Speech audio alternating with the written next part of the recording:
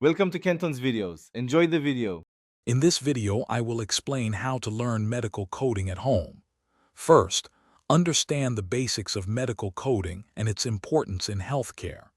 Next, explore the different types of coding and identify the resources you'll need for effective home study. Finally, choose a certification that aligns with your career goals to guide your learning path. Building a strong foundation is crucial for success. Begin by mastering medical terminology and human anatomy, which are essential for understanding patient records. Next, learn about common diseases and procedures. Familiarize yourself with healthcare regulations and compliance, and understand the structure of official coding manuals like ICD-10 and CPT.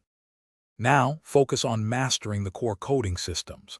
ICD-10 for diagnoses, CPT for procedures, and HCPCS Level 2 for supplies and services.